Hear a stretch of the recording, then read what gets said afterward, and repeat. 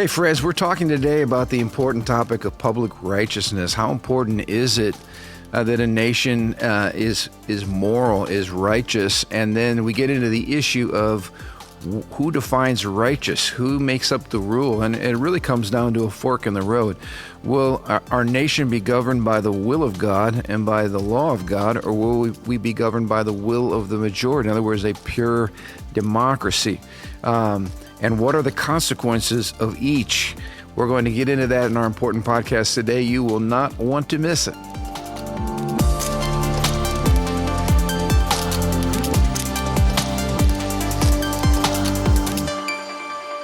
Hey, welcome to the Ron Johnson Discipleship Podcast. Hey, well, we're trying to help you navigate this crazy world in which we live, and we're talking about navigating. We're talking about an incredible book by Doug Wilson called Mere Christendom, and the topic in particular is like, what does public righteousness look like? What does the Lordship of Jesus look like in the public arena? Who gets to make the rules? What are the rules? How should we live by those rules? What are the rules that lead to maximum flourishing? I mean, this is some hot topic kind of stuff that we want to continue to dive into today, especially in light of this crazy season that we're in. You know, I told our congregation months ago that the circus was coming to town because a national election always brings out the worst in America and in American life, and exposes a lot of the craziness that we're talking about on this very podcast. So, but you were talking about in the midst of the craziness, what I love is that there are some voices, somewhat unusual voices in terms of the approach, but basically that we're getting involved in making movies. We're getting involved in standing up and pointing out that the emperor has no clothes. And one of those voices for righteousness is a man by the name of Matt Walsh, and he came out. I think it's out already, right? It's out. Yeah, I think it's out in theaters. Probably can watch it online. I don't really know. I haven't seen it. But he came out. What was his first one that came out? I saw. Am I a woman? What is a woman? What is a woman? A simple, profound question, right? That for centuries prior to ours never took the time or wasted the time to even have to talk about that. But I watched that, and that was a brilliant exposure of the bankruptcy of the left on all of this transgender craziness. All right, but he's come out with a new one, and we were just chatting about. Yeah. Disclaimer: I haven't seen it. You haven't seen it. I haven't seen it. I just have seen people giving commentaries on the movie. I watched the trailer though, and I found myself laughing hysterically. It's funny is because Matt Walsh is not a comedian. Okay, so I watched commentary on this. So I haven't seen the movie. I can't tell you if it's good or not, but the commentary has been hilarious. It's just talking about it. And what's interesting to me, and I wish they used this format in the presidential debates. I don't want to hear people debate anymore. I just simply want people to ask good questions. Yeah, well, they really don't debate anymore. They just attack each other's character, which is worthless. But anyway. What I'd rather is just have like someone else from the other team just ask them good questions. Yeah. Because and force them to actually answer the question. Right. Don't let them go into this tangent word salad of that's why, by the way, I've gotten to where I hate even wasting the time to watch debates because they don't ask good questions. Number one, at least they don't ask the hard questions of their favorite camp. I'm talking about the propagandist, media, which I can't stand. So they don't ask the hard questions. And then number two, nobody answers the questions. So It's just like name calling free for all for hours. Yeah. So they answer the question they want to answer and not the ones that you actually ask. But in this documentary, well, it's not a movie, whatever this is. Whatever that's called. Mockumentary, I think they call it. Mockumentary. I like that. Matt Walsh doesn't even debate anybody. He just asks simple, good questions.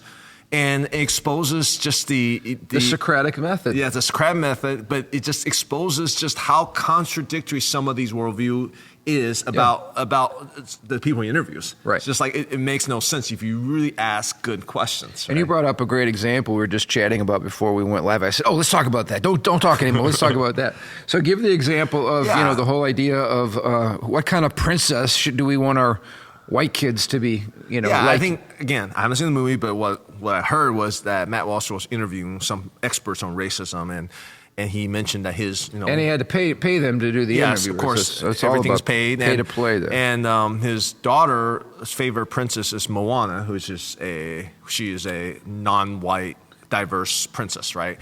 And this person was encouraging encourage her to like these diverse princesses. Nothing wrong with that. But then he's like, well, but she wants to dress up as Moana for Halloween or for whatever occasion. But he's like, isn't that culture appropriation then? And which is bad. Sure, that was the whole blackface thing, and a white person should never try to imitate a black person. Or in this situation, she's dressing up as an ethnic cultural background that's not hers, right? Her costumes, by birth, whatever it is, and that's a big no-no. Right. I haven't figured out why it's a big no-no though. They almost assume that the fact that you're, there's a famous line: imitation is the highest form of flattery. For a little girl to dress up like Moana, even though she's not from that same ethnicity or racial background, is a compliment. It's not an insult. So I don't understand the argument in the first place. But nevertheless, it's inconsistent. Well, then her comeback was like, well, you're right. She shouldn't be doing that because that's culture appropriation, whatever it is. But it just basically, and Matt Walsh was essentially like, well, I can't win. Right. So it's interesting to me. Again, I haven't seen the movie. I can't say too much more about it. But I just thought it's interesting that there's these elitists who basically create a world. What I was saying to you is this. It reminded me of the days when people have to pay indulgences for their sins. Again, I wasn't alive back then when I read. Now, again, we're talking about the role of the church and state and some thorny issues. That was an example of when the church had really gone overboard and down the toilet in terms of practice. But it's anyway, similar because there's a religious undertone to all this stuff. There's a cultic undertone to all this. Because if you want to create a business model in which you will never run out of income, just have people pay for their sins, like literally with money, right? So if you create some type of cultural sense that people need to pay indulgences for their sins, of racism, right, and of guilt and shame, you could probably generate a lot of finances. And I'm not saying racism is not real. I'm not saying there are people who are passionate about helping people, educating people, so they wouldn't be racist. I'm not saying that isn't real. What I'm saying is what this movie seemed to indicate, that there are many people who haven't thought the whole thing through, and they make a lot of money off of this topic, and their heart is not really to help people; is actually financially driven. Apparently, again, because I haven't seen the movie. Yeah. Well, and I think your point's well taken in that we're talking about moral codes. And in this situation, this is why we talk about biblical worldview and the power of a biblical worldview, because the argument is any worldview must at least be logically coherent. So now we have a situation, talk about sending mixed signals. We have a situation where we have a young girl who wants to be a princess like Moana. Now, she's not thinking about racism or these things. I would say this, it's very normal for a child to be able to embrace other cultures. I've seen it by taking kids overseas all the time. It's racism, I think, number one, it's encouraged by our culture. And in this situation, we're trying to tell a young girl that she needs to look at Moana through this lens of DEI or critical race theory or whatever nonsense. So she likes Moana. She wants to be Moana, to dress up like Moana. Oh, but that you can't do that because that's really actually insulting to that person's culture. It's like, what is it? We can only celebrate by going to the movie. We can only celebrate in our heart, but we can't try to emulate or we can't try to dress. It all starts, being one gigantic nuclear meltdown. And how do we expect young people, let alone adults, to try to navigate through that kind of crazy moral maze? It's nuts. And it shows you again, I guess the point is this, and the point that Wilson's arguing when he talks about returning to a mere Christendom, or our topic today, the goodness of mere Christendom. He's basically saying, hey, is it such a bad thing that the West was founded on the moral compass of the Ten Commandments and the moral teachings of Jesus Christ? Is that such a bad thing? Because if you're going to throw that out the window, then you're going to get people making Moana laws about what we can and cannot do, and who gave them the power or the authority, and why should anybody follow that in the first place? And number one, does it make any sense? And I think that is the tension point right there. Who who gets to determine what public righteousness actually looks like? And I'm grateful for people like Matt Walsh who are actually attacking these things. Interestingly enough, not from the authority of Scripture per se, but just pointing out from a rational perspective how irrational these forms of thinking are and how impossible it is to know who you're currently offending based on the ever-changing rules of the game. Yeah, he's using the concept of natural law, which Yeah. Wilson mentioned about that a little bit later. Just approaching from the common sense, natural law, natural biology, Right. Rational thinking, a coherent way to look at the world, so that we're not contradicting ourselves left and right. So we're not losing on all grounds. We can actually have a chart or path of what is right and what is good and livable at the same time, right? Well, interestingly enough, I was just at the Indiana Family Institute banquet with some of our public square leadership, and the speaker this year was Riley Gaines. Of course, Riley Gaines was an accomplished swimmer. She was swimming for the NCAA national, title, a national championship, and she was defeated not by another woman competing fairly, but she was defeated by a confused man who goes by the name Leah Thomas, who's like 6'4", 6'5", a very mediocre male swimmer who ends up winning the women's NCAA title. And she spent her whole life. This is the epitome of Title IX, legislation for allowing women in sports to have equal opportunities as men. And the irony of this is now there's a man pretending to be a woman who actually steals a title from a woman that Title IX was actually created to protect and forbid that from happening. Now, my understanding of that was that they actually tied. They did, which, when you think about it, is It had to be providential, because when you go down to hundredths of a second, that's why you have such precision, is so you don't get ties. But they actually tied. It was an actual tie, and the NCAA official decided to give because there was only one trophy, and they were going to mail her a little trophy later, but they decided when they took the picture, say, hey, let Leah Thomas have the trophy. And that's when she just like, what in the world is going on here, right? Yep. Talk about injustice. And then they were shocked, because before the race actually happened, here's these ladies who are undressed and getting ready for this competition, and all of a sudden they hear a male voice, and here's this man, a confused male, in a women's locker room, naked. And you talk about, invading a woman's right to privacy in her personal space, and there was no forewarning at all about any of that. And so Riley and these athletes are suing the NCAA, which, again, I applaud them for that, because this is the question I guess Wilson is poking at. Do you want the NCAA driven by postmodern, secular, godless, neo-paganism, Marxism, whatever the ideology is that's taking its place? Do you want those people making laws, making rules based on their ideology, or should we go back to a simple understanding that there are men and there are women? Men should not be competing in women's sports. Women should not be competing in men's sports. They are different. They should have different dressing rooms. Their sexuality is different. God created them different. Or do we just all blend it together, and whatever you feel like you want to be, you can be? These are important questions that we should be struggling with. And we've pointed this out. The word struggle is on purpose, because it is a struggle. These are not easy answers as to how we do common life together. But they're important things, and we should be wrestling with these issues, and we should be pursuing what's best, the common good. And of course, our argument would be Christianity leads to the best world for everybody, the world of the greatest flourishing and the greatest freedom. And we think Western Civ could point that out. But nevertheless, that's kind of a backdrop, I guess, for this whole discussion, because this is not going away anytime soon. And really what is at stake is, again, public righteousness. Now, Sunday, and I want to encourage everybody who's listening, if you don't go to our church, I encourage you to listen to the series that we're on right now called Weeping Prophets, because we're looking at the book of Jeremiah and talking about the correspondence between his message to a culture, his culture that was in rapid decline, and the incredible parallels between what's going on in our own nation today.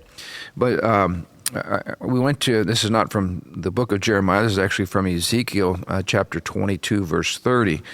God looking for someone who might rebuild the wall of righteousness that guards the land.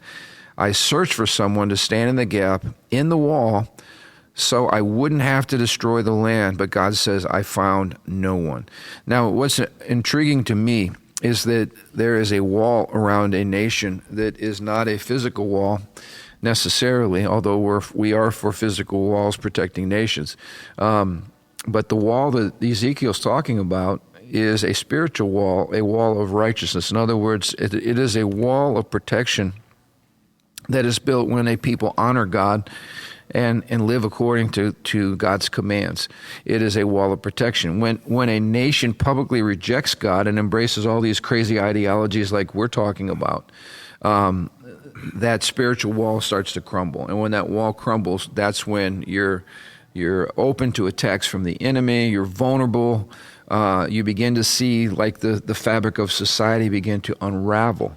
And I think this is a perfect picture in the spiritual realm of what's happening in America today. The wall is crumbling. In fact, we have a physical manifestation of that at the south border, and we can. That's a whole other discussion. But anyway, the point being, public righteousness is important for all nations. Nations that reject God are nations that are in decline, and the Bible talks about all kind of social upheaval that comes with those nations. And so this topic is really, really important. I think our argument and Wilson's argument has been, this experiment, this little dance we've had with America being a, quote, secular nation where the federal government and the courts get to play God, so to speak. They get to be the referees in the game of life.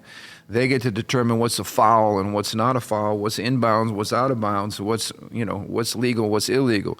That has led to a massive collapse of the walls of righteousness around this nation, and it's going to lead to disaster if we don't correct the situation. So I can't underscore the importance of what we're talking about any more than that, with a massive exclamation point on how critical it is that we get this right. So he talks about, and maybe this is a good place to jump in. He says Jesus' lordship over nations creates a dilemma for people who argue for a secular public square. We get back to the whole issue of the Pope versus the Emperor, and we've talked about this. He said, here's the dilemma. Either Jesus wants this or he doesn't. Or maybe he doesn't care. And if he doesn't want it, why do they want it? In other words, a secular, naked public square. If he does, then they are not advocating a civil arrangement based on the will of the Lord, which would be a theocracy. He said, right now the question is simply whether or not public morality needs to be grounded in the will of God or not. So let's start right there. Public morality. Should it be grounded in God's will, or should it be grounded in the will of human beings? Democracy, right? The will of the people. That is the issue. And when we talk about, what's God's will? For Christendom, it has been the Scriptures. And again, then people want to get into Old Testament hair splitting on certain ceremonial laws or whatever that were given to Israel only, and we start talking about certain foods we can't eat, dietary restrictions, all that. I mean, that's usually where the left tries to run the car into the ditch. We're not talking about stuff that was given specifically to the nation of Israel. We're talking about like, thou shalt not kill, don't commit adultery, don't lie, don't cheat, don't steal. We're talking about the moral code, which has been the basis for Christendom for millennia, all right? He says, so let's take this further. If laws are not based on the will of God, but rather on the will of the people, or demos, which is short for democracy, then what happens when a large majority of the people think that laws should be based on the will of God? And I like his thinking here. In other words, if we practice true democracy in America, what would happen if we would see a revival in America and where Christians would say, you know what, we're tired of the perversion, and we're going to vote for for the will of God to be the foundation of our laws. Like, we shouldn't have a problem with that, right? Because that's the way democracy works. Or he says, what would happen, like, say, in certain nations of the world where Islam is taking over and where there's more people with an Islamic worldview than, say, a secular worldview? What would happen if they decide we want to impose Sharia law? If people are in favor of democracy, then why would they have a problem with that? Because the will of the majority has spoken, right? Mm-hmm. And so we create this dilemma because you know that the secularists would have a problem. As soon as Christians start talking, like at our church, we start saying, hey, you guys should start thinking about running for office. So let's make sure we register to vote. Let's go out and vote our values. Right away, a secularist person who is in favor of, quote, democracy would accuse us of being Christian nationalists and somehow violating the First Amendment. So it's amazing how they pick and choose what they like, what they don't like, what they're in favor of, what they're not in favor of. If we are for pure democracy, the will of the people, then we need to be willing to embrace where that could lead us. And everybody should be celebrating that we're now, under Sharia law, if that's what the will of the people actually voted for. So democracy is not a good thing. Raw democracy, if it's not rooted in transcendent truth, is not a good thing to be celebrated. It's actually a very dangerous thing. Well, that's why we have a democratic republic. We're not a raw democracy. The founding fathers understand that. Now you're using code word for Christian nationalism, by the way, right, because you're using that we're not a democracy thing, which is true, though. We have a constitutional republic. We're a constitutional republic, absolutely. Yeah. And the constitutional republic has rights granted to people. And the Bill of Rights claims that not that document, but the whole document claims that the rights come from God and not from the government. Exactly. So if our rights come from God, that means politicians can't make up rights every election year. It means that our rights are actually grounded in transcendent truth, which actually points back to this whole idea of mere Christendom in the first place. Now, he says, when a Christian secularist looks at this kind of scenario, which we just described, if demos or democracy is the final word, then cannot demos vote itself out of having the final word? Well, what about Jesus? On what basis could a Christian secularist object to an election that voted in Jesus as Lord? Now, I like what he says here. He goes, now, of course, I believe that Jesus is actually king, not a president, and the Great Commission requires us to proclaim that the coronation has already happened. In other words, Jesus Christ is Lord and King. Jesus is not running for anything, and we do not make him anything. He is Lord of Lords, the King of Kings, and the President of Presidents, and there is nothing whatever that we can do about it. That is already the case. The world will gradually come to recognize this and will become Christian, and that is good news indeed. This is the good news, all right? I like what he says there, just to be clear. We're not trying to politicize Jesus or put him on the ballot this year. He is already King of Kings and Lord of Lords. He is that by virtue of his resurrection and powerful ascension to the Father's right hand. It is the foundation, by the way, if we go back to the Great Commission and making disciples of all nations, it begins with Christ has been given all authority. Therefore, because Jesus has all authority, therefore go and make disciples of all the nations. So he's certainly not trying to politicize Jesus or put him on the ballot. He's simply recognizing the fact that Christ's kingdom has come. It's not come in its fullness, but the salt and light, the gradual winning over of planet Earth by King Jesus is inevitable. And that's the truth of the Great Commission. So, I don't know. Which is itself a astounding statement, because based on your eschatology, many Christians don't even believe in that. Many people are waiting for the rapture and waiting for the Antichrist to rise, and the idea of a Christendom is a hope dreams. And he brought out that point that this is not something we're hoping will one day happen. He goes, this has already happened throughout history. We've seen in our previous books we've talked about the blessings of the Christian worldview across the globe. Mm-hmm. All of the freedoms, the Christian hospitals, university. These are all things that were birthed out of science. All things that were birthed out of a robust Christendom. So it's not like we're going to try to make something happen that's never happened before.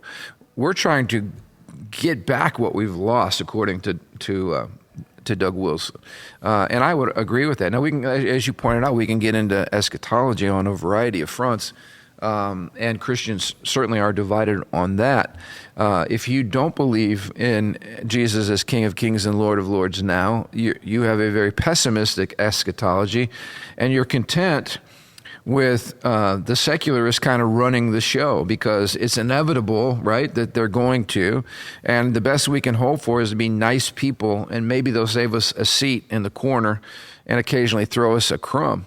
That's where a lot of evangelicalism is very much content to be right now. Right. Is just, let's just be nice. Let's just ride this thing out. It's going to go from bad to worse. And I've actually seen where some evangelicals celebrate the fact that it's getting worse. It's almost like, this is what the early church went through. Persecution is a great thing, and we should just suck it up and realize that this is what the Lord has for us, which to me is the most idiotic thing in the world for a people who have been given rights and freedoms. Instead of exercising those rights and freedoms, we just hand them away to our secular enemies who have no intention whatsoever of protecting those rights. And somehow we think that that's being faithful to the gospel. That's where a lot of the church is. And I believe it's a tragedy, and that's why I picked this book that we can talk about, because I want to correct the problem. I don't want to have this passive, the ship's sinking, so let's not polish the brass handles on the bow while the ship's going under. It's like, no, the ship does not have to go under. We need to get back to preaching the gospel and leading in our culture. But anyway, let's get to... he says, this incidentally is why I believe in Christian republics and commonwealths that are formed by preaching, baptizing, discipleship, and not campaigning, legislating, and pundit blogging, and so on. And so this is important to bring up because we are not arguing for a Christian club where we beat people up with biblical law. That's not what this is. We're asking for a free public arena where the gospel is preached and where Christ is exalted in public life, and where he's not put in a closet or we are virtue shamed, right? By simply, it said Jesus in public. Oh, please forgive me. Oh, I mentioned the Bible. Oh, I'm so sorry. I should have kept that in church. Shame on me. We're saying no. We should boldly be articulating our Christian worldview in the public arena because it brings such incredible blessing. Well, I mean, so he's like, legislating is one thing. Campaigning and pundit blogging, I would argue that Doug Wilson that's what he does. He pundit blogs. Well, he does, but he's not pundit blogging for a political Jesus takeover. No, but like it's filling the airwave. It's through influence. Him writing this book was trying to assert a level of influence. Him having a YouTube channel is a certain level. But that's the key word. Mm-hmm. Influence. Right. And that it's influence, not coercion. That's the radical difference. Radical Islam is all about convert or die. All right. Christianity is not convert or die. But we want to preach and we want to share. We want to witness. We want to love. We want to be able to publicly argue for truth, and knowing that the truth will set you free, and believing in the power of the gospel and the power of the authority of the Word of God to change people's hearts. So we're after hearts. We're not after some top-down legislative agenda. Well, because it doesn't work. Authoritarian methods doesn't change the heart. It doesn't change the heart. It doesn't engage the heart. So it's influence. It's through caring for people. I would argue, through pundit blogging, through campaigning, as long as not coercion and I think that's the point. We're not trying, and we get accused of this sometimes as a church, being political. We're not trying to create some political machine, all right? We're not looking for a candidate to be our savior, but we do want to be good citizens, and we do want to use the means that are available to us in a constitutional republic, like voting, like putting a yard sign in our yard, like talking in public places and spaces. Public peaceful protest. All those are tools. Writing letters. Yeah. Inviting candidates to come speak. to our parishioners. All of these things are absolutely legitimate and should be done. And I think his point is we should be culturally engaged, but not the way the world does it. We're not going to lie, cheat, steal, all these things simply to gain power. Lock people up for speaking their minds. Yeah, or for having a different point of view, or assassinate them, as we just saw the second attempt, this past week, which is an absolute tragedy that our nation has got to that kind of I just hope place. we're not normalized. That's not normalized because Oh, it's not really absolutely. even talked about in mainstream media. And it's just like, wait, in span of 8 weeks, Yeah. a major leading presidential candidate is 2 attempts. And as we talked We don't about, wanna talk about a it anymore. nation that's awash in debt, like printing monopoly money, somehow can't find a few extra bucks to provide a security detail for a former president and current presidential candidate. It's beyond me that the argument is the budget there was a little tight when we're blowing through money again like it's monopoly money. So anyway, these are all problems when you move away from public righteousness, all right, when assassination is just yawned at, assassination attempts. Anyway, we have run out of our time today. I feel like Sunday morning looking at the clock and going, oh, man, I got to stop. Although we don't have a parking lot problem on Wednesday good morning, news, which yes. is nice. But anyway, we hope this is helpful to you. Please help us by sharing this podcast far and wide, especially during this political season. I think a lot of people would find what we're talking about to be very, very interesting and very helpful. So thanks again. We'll look forward to seeing you next Thursday.